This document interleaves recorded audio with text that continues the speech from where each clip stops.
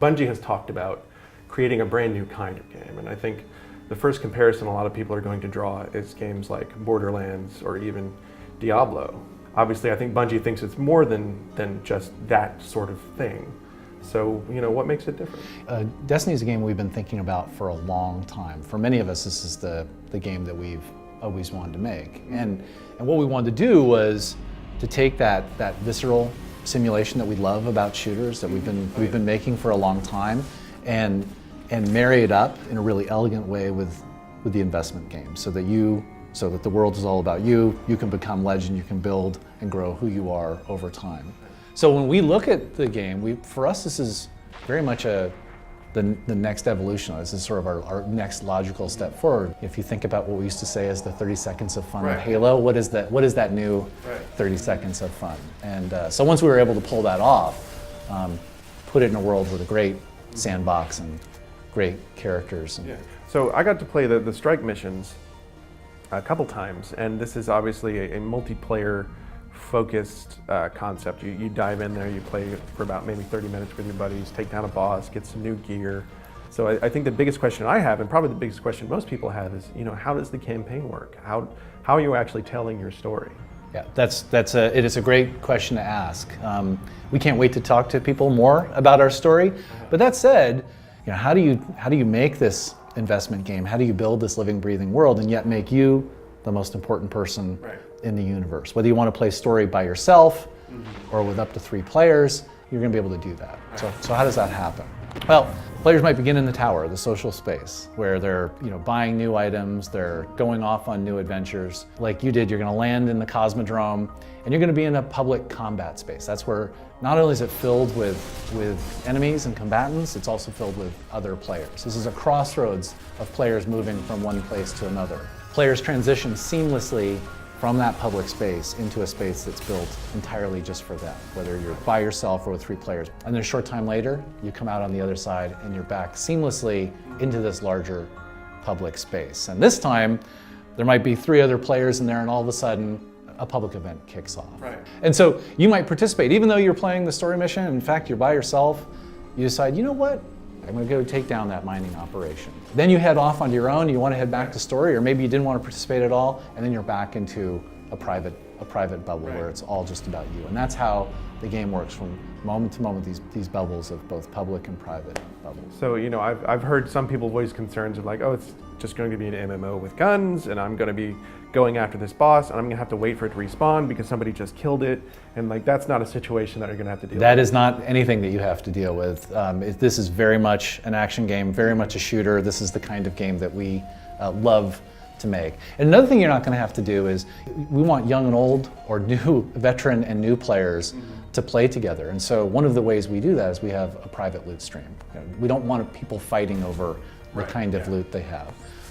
But we also want that loot to be tailored to the kind of player that I am. And so that's where we can go out. If you're a veteran player and I'm new, we can go out into places, and it's fun for you to play with me because you're going to always get stuff that you care about. So we're not squabbling over it, and it's meaningful because I'm a new player. I'm getting often lower level gear and lower level equipment that I need to continue to build and grow. But just because you're out there, you're also getting stuff that's meaningful to you.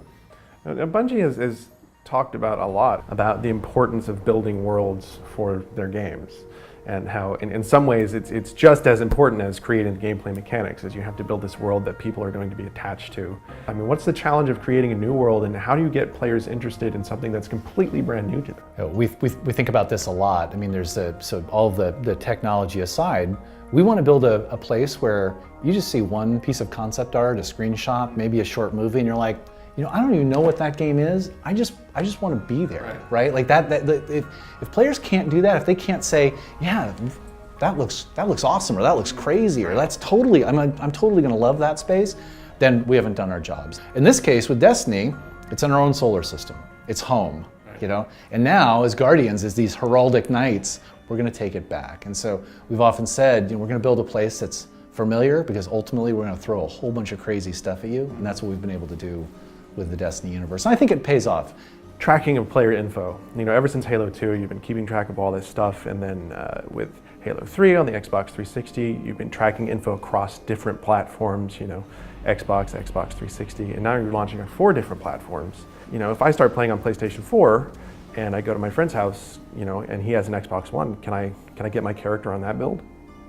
Well, you have to stay tuned for that. The one thing you will be able to do, though, is go to the Destiny Companion and see all of your friends, no matter what platform they like to play on across the entire world, and be able to socialize them. And even we might have a meaningful experience or two that just sits on the Companion itself. That's an extension of this world. We want to make sure that when you're playing inside of Destiny on the console, you're having an awesome experience no matter what console you're playing on. But then when you're not there, there are meaningful things to do with the Destiny Companion.